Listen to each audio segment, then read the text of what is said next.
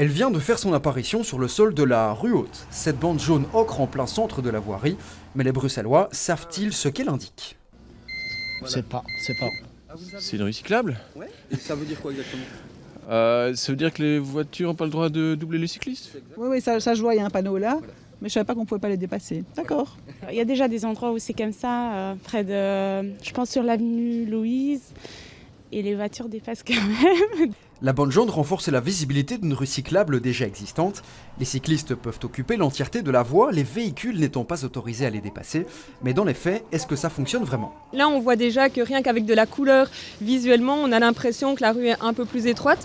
Et je crois vraiment que si on fait des tests de vitesse, on verra que ça a tendance aussi à réduire un peu la vitesse des automobilistes. La rue cyclable est entrée dans le code de la route il y a une dizaine d'années déjà. Malheureusement, elle n'est pas encore très bien connue. Il faut savoir aussi qu'elle n'est pas encore beaucoup appliquée. La ville de Bruxelles compte déjà 2 axes aménagés, la rue Haute donc et la rue d'Ansart depuis 2 mois, lors du premier bilan. Rue d'Ansart, on constate quand même que les cyclistes prennent leur place. On constate une augmentation très forte des cyclistes. Et les retours, c'est un peu divisé. Il y a des gens qui me disent ça, c'est très bien, ils se sentent plus, plus les bienvenus, hein, plus en sécurité. Et il y a aussi des remarques qu'on reçoit qu'il y a encore des automobilistes qui les dépassent. Prochainement, la rue Van Artevelde et la rue de la Keun vont suivre, la rue Blas également.